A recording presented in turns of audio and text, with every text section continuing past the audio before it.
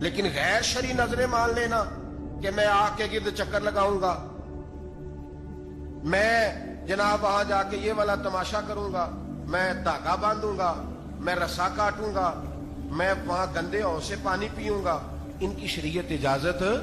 یہ توہمات ہیں، بدشگونی ہے، دین میں ان کی کوئی گنجائش؟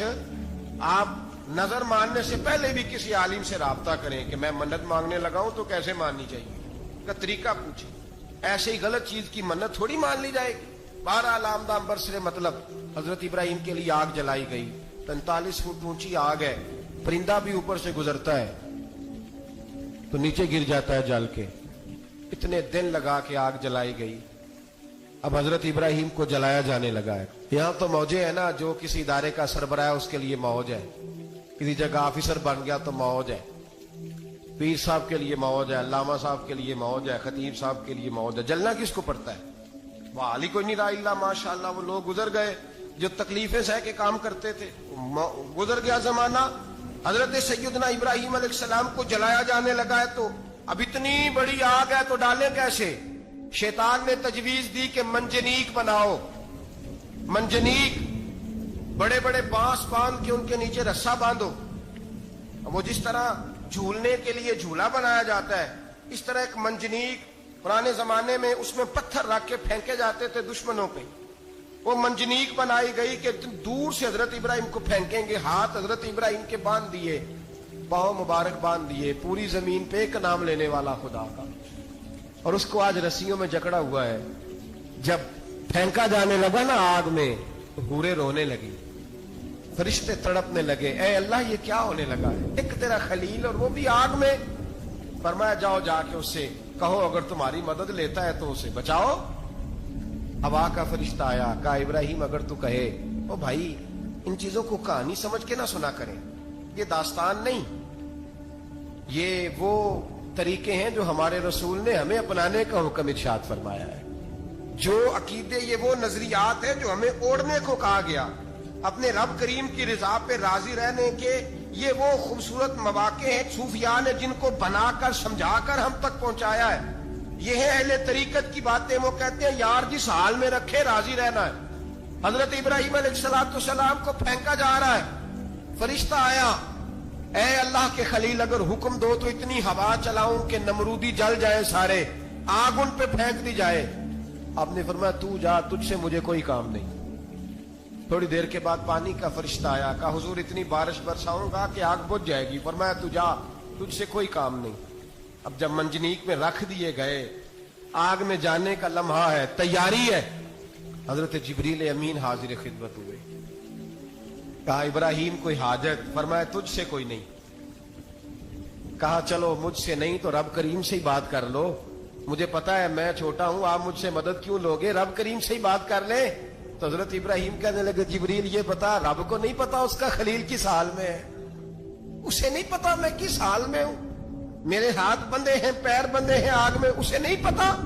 بتایا تو اسے جاتا ہے جس سے خبر نہ ہو، تو اگر اسے پتا ہے، اگر وہ جلانے پہ راضی ہے تو میں بھی جلنے کو تیار ہوں، میں تیار ہوں، میں تیار ہوں، اسے کہو ٹھیک ہے۔ حضرت سیدنا ابراہیم علیہ السلام کو منجنیق میں ڈال کے جو پھینکا آگ میں، یا نار کونی بردم و سلامن علی ابراہیم، اللہ نے فرمایا اے آگ میرے ابراہیم پہ ٹھنڈی بھی ہو جا اور سلامتی والی بھی ہو جا۔ حضرت ابراہیم کو دو فرشتوں نے بٹھا دیا زمین پہ، پھول کھلے ہیں، کونپلیں مہک رہی ہیں، کلیاں خوشبو دے رہی ہیں۔ حضرت ابراہیم نے سر سجدے میں رکھ دیا، سبحان اللہ والحمد للہ ولا الہ الا اللہ واللہ اکبر۔ حضرت ابراہیم اللہ کی تسبیح پڑھنے لگے، رب کریم کا شکر بجا لانے لگے۔ نکلے وہاں سے، کچھ دن گزر گئے، نکلے، حکم ہو گیا ابراہیم علاقہ چھوڑ دو۔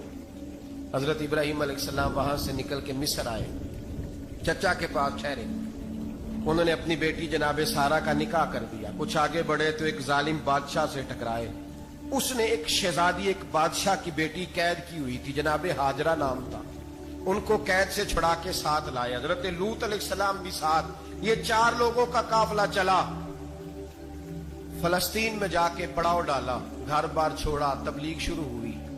حضرت ابراہیم کے گھر میں 2 خواتین ہیں، ایک آپ کی بیوی ہیں، ایک حضرت ہاجرہ ہے، اولاد کوئی نہیں۔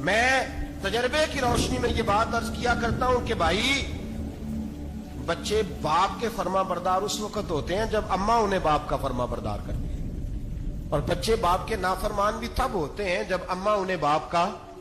میں نے اپنے کانوں سے سنا ایک دفعہ ایک بچہ اپنے باپ سے کہہ رہا ہے آپ نے تو ساری زندگی باہر گزار دی, پیسے کمانا کون سا مشکل کام ہے, دکھ سکھ تو سارے اماں نے برداشت کیے, سکولوں میں وہ جاتی تھی, فلانا کام وہ کرتی تھی, فلانا کام.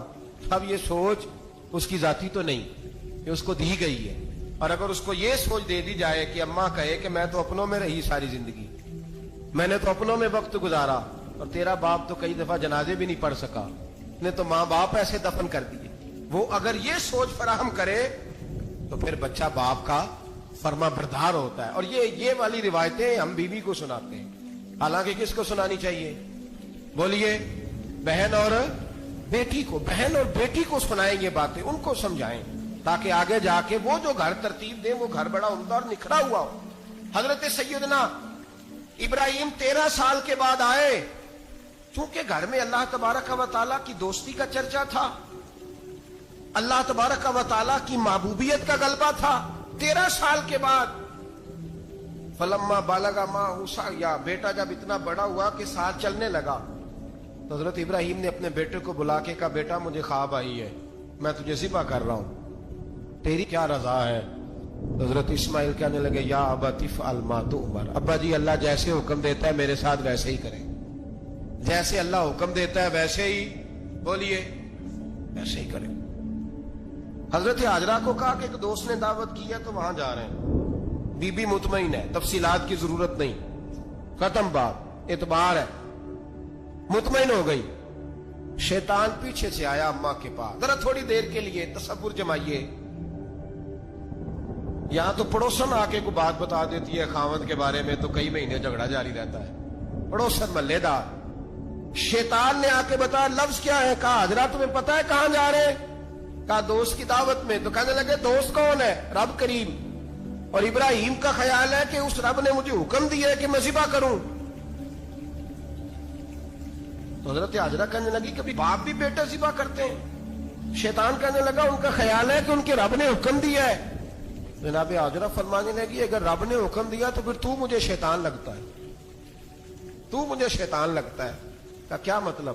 فرمانے لگی اگر رب کریم کا حکم ہے تو میرے پاس ایک اسماعیل ہے, اگر 1000 بھی ہوتے میں سارے اللہ کے راستے میں پیش کر دے دیتی. مالک کا ہی تو ہے سارا کچھ, اسی کا ہے, اس میں لیت اللہ کی کیا گنجائش؟ حضرت سیدنا ابراہیم علیہ السلام نے بیٹے کے حلق پہ چھری رکھ بھی دی اور چھری چلا بھی دی, رکھ بھی دی, اور وہ تو اللہ کریم نے فرمایا یا ابراہیم قد صدقت الرؤیا, ابراہیم تو نے خواب سچا کر دکھایا, وہ قیامت تک تیرا نام رہے گا. حضرت ابراہیم نے وطن بھی دیا, جان بھی دی, بیٹا بھی, اللہ کریم نے دمبے دیے, فرمایا یہ فدیہ ہے. اب یہ قربانی قیامت تک حضرت ابراہیم کے طریقے کے مطابق جاری ہے. حضرت ابراہیم بہت بڑے مہمان نواز تھے, بہت بڑے. آپ جب مصر میں قیام تھا تو بڑے بڑے لمبے چوڑے لنگر پکتے تھے, لوگ آیا جایا کرتے تھے, بڑا تفصیل کے ساتھ کھانا ہوتا تھا. مہمان نوازی آپ کی خاص صفت مبارکہ ہے. ہمارے ہاں بھی مہمان نوازی ہوتی ہے امیروں کی, بلکہ اب تو مہمان نوازی اس طرح کی ہے کہ کل تیری میرے پاس دعوت ہے اور پرسوں میری تیرے پاس ہے. وہی امیروں میں وہ چکر رہتا ہے, پارٹیاں دوست ایک دوسرے کو ڈالتے ہیں, تیری طرف پارٹی تیری طرف, اور اسی انداز میں اب یہ عید آئے گی نا ٹکا پارٹیاں ہوں گی جگہ جگہ, اور لوگ سوال پوچھنے لگے ابھی سے, کہتے ہیں قربانی کا کتنا گوشت گھر رکھنا جائز ہے, قربانی کا کتنا گوشت گھر رکھنا جائز ہے؟ سارا ہی جی, ہاں, اس لیے فریزر لے لے, فریج سے نہیں کام چلے گا, سارا ہی جہاز گھر رکھنا سارا ہی جائز ہے, رکھ لیں. او خدا کے بندے, قربانی وہ بندہ دیتا ہے جو سارا سال ہی گوشت کھاتا ہے, صحیح کہہ رہا ہوں؟ قربانی صاحب نصاب صاحب استطاعت بندہ دیتا ہے نا, تو وہ سارا سال ہی گوشت, تو سارا گھر میں رکھنا بھی جائز ہے, لیکن سارا دے دینا بھی. تو جو آ رہی ہے اس پہ کیوں توجہ کرتے ہو, جو دوسرا جائز ہے اس پہ کیوں نہیں عمل کرتے؟ سارا تقسیم کر دیں, بات ختم ہوئی. یقین کریں محرم میں جا کے دوست ٹیلی فون کر کے سوال پوچھتے ہیں, کہتے ہیں صاحب سنا ہے قربانی کا گوشت محرم میں کھانا جائز نہیں. میں کہ نہیں, ربیع الاول چ بھی جائز جی, رجب رمضان تک کھاؤ, کوئی بندہ نہیں منع کرتا. اس لیے کہ کسی کو دینا تو پسند ہی نہیں, یا پھر اس میں سے جو خاص خاص چیزیں ہیں وہ اپنی فریج میں, اور باقی جو ہے وہ دوسروں کے لیے. یہ کیا طریقہ ہے ہمارا, اور اسی پہ عمل ہے. اللہ تبارک و تعالی ہمیں سمجھنے کی توفیق عطا فرمائے. یہ قربانی حضرت ابراہیم کا طریقہ ہے. حضور نے اگرچہ نبی پاک کی اپنی سنت تھی, یہ بھی کہہ سکتے تھے سنتی و سنت ابیکم ابراہیم, میری سنت ہے اور تمہارے باپ ابراہیم کی سنت ہے. یہ نہیں فرمایا. جب صحابہ نے کہا قربانی کیا ہے, فرمایا سنت ابیکم ابراہیم, یہ تمہارے باپ ابراہیم کی سنت ہے. ہر صاحب نصاب پر قربانی واجب ہے. جو زکوٰۃ کا نصاب رکھتا ہو اس پر قربانی واجب ہے. یعنی ضروریات سے زیادہ اتنے پیسے, جتنے پیسوں سے زکوٰۃ فرض ہوتی ہے, اتنے پیسے جس آدمی کے پاس قربانی سے پہلے پہلے آ جائیں اس آدمی پر قربانی کرنا واجب ہے. بکرا, چھترا, دمبا 1 سال کا, یا دمبا 6 مہینے کا ہو پر اتنا بڑا محسوس ہوتا ہو کہ لگے 1 سال کا ہے, اس کی قربانی ہو سکتی ہے. جانور میں کوئی عیب نہیں ہونا چاہیے, اتنا کمزور نہ ہو کہ ذبح جہاں اسے کرنا ہے وہاں وہ چل کے جا نہ سکے, اتنا کمزور جانور نہ ہو, اس کے اندر بظاہر کوئی اتنا بڑا نقص نہ پایا جاتا ہو, کانا نہ ہو, لنگڑا نہ ہو, کوئی اس کی ہاتھ نہ کٹے ہوئے ہو, ایسا نقص جو واضح ہو. بکرا 1 سال کا, گائے اور بھینس یہ 2 سال کی, اونٹ 5 سال کا. اب اس میں یہ ہے کہ ہمارے بہت سارے دوست, چونکہ ہم دیہاتی لوگ ہیں, تو پوچھتے ہیں کہ دوندا نہیں ہے تو چوگا نہیں ہے. تو یہ ہماری پنجابی کی اصطلاحات ہیں, پنجابی کی. شریعت اسلامیہ نے سال بتائے, یہ تو ہم نے اپنی آسانی کے لیے, یا دیہاتوں میں جو ماحول تھا اس طرح کا جانور لیں, خوبصورت جانور لیں. جو نصاب ہے وہ بھی میں نے آپ کو بتایا, لیکن ایک اور پہلو بھی ہے. نبی پاک صلی اللہ علیہ وسلم پہ زکوٰۃ کبھی فرض نہیں ہوئی, کبھی حضور پہ زکوٰۃ فرض نہیں ہوئی. نبی پاک صلی اللہ علیہ وسلم کے پاس اتنا سرمایہ کبھی اکٹھا ہوا ہی نہیں کہ زکوٰۃ فرض ہو. لیکن نبی پاک کے صحابہ فرماتے ہیں کہ مدینے کے 10 سالوں میں اللہ کے رسول نے ہر سال قربانی فرمائی ہے, ہر سال قربانی دی. اور جس سال حضور حج کرنے گئے اس سال اللہ کے نبی نے 63 اونٹ ذبح فرمائے. اور حضور صلی اللہ علیہ وسلم جب اونٹ ذبح کرنے لگتے نا تو صحابہ کہتے ہیں اونٹ خود دوڑ کے حضور کے سامنے آ کے لیٹ جاتا, اور نبی پاک اسے ذبح کرتے اور فرماتے ہیں ایک دوسرے کو دھکے دیتے اونٹ کے, پہلے میں نے جانا ہے ذبح ہونے کے لیے, پہلے میں نے, انہیں پتا تھا کہ جو مصطفیٰ کے ہاتھوں ذبح ہوگا وہ تو دائمی زندگی پا جائے گا, یہاں بھی وہاں بھی زندہ. 63 اونٹ ذبح کیے. ایک اونٹ میں کتنی قربانیاں ہوتی ہیں؟ 7. اب 63 کو 7 سے ضرب دو گے تو کتنی بنے گی؟ اور پھر نبی پاک صلی اللہ علیہ وسلم نے 10 سال مدینہ منورہ میں قربانی دی, ہر سال. اب وہ 63 اونٹ, ایک اونٹ میں 7 قربانیاں, ہر سال یہاں قربانی. اور مولا علی شیر خدا فرماتے ہیں نبی پاک 2 قربانیاں دیتے. میں نے کہا حضور 2 جانور ذبح کر رہے ہیں آپ, تو حضور نے فرمایا ایک میری طرف سے, ایک میری امت کی طرف سے, غریبوں کی طرف سے. اور حضرت علی کو حضور نے وصیت فرمائی تو 2 دیا کرے گا. یا رسول اللہ صلی اللہ علیہ وسلم میں غلام ہوں, خادم ہوں. حضور نے فرمایا علی ایک تو نے اپنی دینی ہے, ایک میری طرف سے دینی ہے. 2 قربانیاں. مولا علی نے بھی ساری زندگی 2 قربانیاں دی. حضرت علی بھی مال کے نصاب نہیں تھے,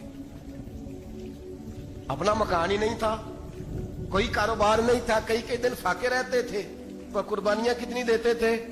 2. ہمارے پاس ویسے اگر سسرال میں, میکے میں, کزنوں میں کچھ شادی ہو جائے تو 50-60 ہزار کا خرچہ برابر ہے, وہ پکا ہے. اور قربانی کی باری غریب ہو گئے, سارے غریب ہو گئے. کہتے نہیں یہاں مشکل ہے. اور خدا کے بندے اللہ کے ساتھ تجارت کر, اس کے رستے میں 1 دے گا, رب تجھے 70 گنا اضافہ کے ساتھ عطا فرمائے گا. قربانی مال کے نصاب پہ ہے. کوشش کیا کریں کہ اللہ کے رستے میں جب دینا ہو پھر لیت العلہ سے بچیں, خوبصورت جانور لائیں. جن کو اللہ نے توفیق دی ہے ان کے لیے نصیحت ہے, جن کو اللہ نے توفیق دی. میں نے اپنے حضرت صاحب کو دیکھا ہے, وہ کہتے تھے کئی جانور اللہ نے بڑا نوازا ہے. کہتے ایک میرا ہے, ایک میرے ماں کا, ایک میرے باپ کا ہے, ایک میرے فلاں استاد صاحب کا, ایک میرے پیر صاحب کا ہے. یہ جانور غوث اعظم جیلانی کا نام کا دے رہا ہوں. اور پھر ایک بڑا خوبصورت جانور بندہ ہوتا اور حضرت خود ان کو چارہ ڈال رہے ہوتے. تو حضور یہ کیا ہے؟ فرمانے لگے یہ میں رسول اللہ کے نام پہ قربان کروں. یہ نبی پاک کے نام پر قربان کیا جائے گا. جن کو اللہ نے حیثیت دی ہے وہ کوشش کریں اپنے محبوب کی طرف سے بھی قربانی کریں. نبی پاک کے نام کی قربانی دے, خوبصورت سا جانور پیارا, پھر اس کی خدمت ہو, پھر اس کی قربانی دی جائے, اور نبی پاک کے نام پر قربانی دی جائے. حضور نے خود وصیت فرمائی حضرت ابو بکر صدیق کو, قربانی بڑا حسین عمل ہے, اور میرے نبی پاک صلی اللہ علیہ وسلم نے ناراضگی بھی فرمائی. ذرا خوگر حمد سے تھوڑا سا گلا بھی سن لے.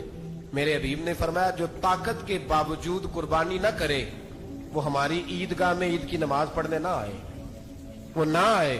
اور یا رسول اللہ جو کرے گا, فرمایا قربانی کے جانور کا خون کا قطرہ بعد میں زمین پہ گرے گا, اللہ اس کے سارے گناہ پہلے معاف فرما دے گا, اللہ اس کے سارے گناہوں کو بخشے گا.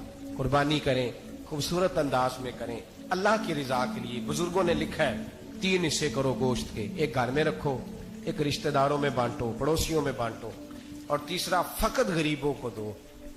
لیکن میں اکثر یہ سوچتا ہوں کہ ہمارے ہاں قربانی کرتا ہی وہ ہے جن کے گھر میں ہر جمعرات کو چھوٹا گوشت پکتا ہے, اور جن کے گھر میں ہفتے میں 3 دفعہ مرغی کا گوشت پکتا ہے, وہی تو قربانی دینے کے قابل ہوتے ہیں. تو وہ بھی اگر قربانی کے بکرے میں سے بھی تیسرا رکھنا چاہیں تو اجازت تو ہے, میں نے کہا سارا رکھنے کی بھی اجازت ہے. لیکن اگر آپ مہربانی کریں, کوشش کریں کہ یار ہم تو سارا سال ہی کھاتے ہیں, اور ہمارے یہاں جو گوشت تقسیم ہوتا ہے نا وہ بھی باری لگی ہوئی ہے. ادھر سے پلیٹ آئی تھی گوشت کی تو ادھر سے بھر کے چلی گئی. بھئی اس نے کی ہے, اس کو بار بار گوشت دینے کا کیا مطلب ہے؟ آپ یہ دیکھیں عزیزوں میں, رشتہ داروں میں, اور میں اگر تھوڑا سا آپ کی توجہ کرانے میں کامیاب ہو جاؤں تو سفید پوش لوگوں کو دیکھیں. کچھ سفید پوش ہیں, سفید پوش جن کے اوپر قرضے ہیں, بیماریوں نے جکڑ لیا ہے, گھر میں بڑے بڑے سخت مریض آ گئے ہیں. سفید پوش پہلے دیا کرتے تھے. آپ ان سے پوچھتے ہیں صاحب قربانی, تو بات کو ٹالتے ہیں. وہ کہتے ہیں سوچ رہا ہوں کوئی حصہ اسا ڈال جائے. پردہ پوشی کرتے ہیں, کہتے ہیں کہیں حصہ رکھا ہوا, پردہ پوش. اکثر وہ لوگ قربانی نہیں دے پاتے. اکثر دیا کرتے تھے, اب نہیں دے پا رہے. کیوں؟ اس لیے کہ مشکلات ایسی آ گئی. ان لوگوں کا خیال کریں, ان کے گھروں تک گوشت پہنچا کے آئیں.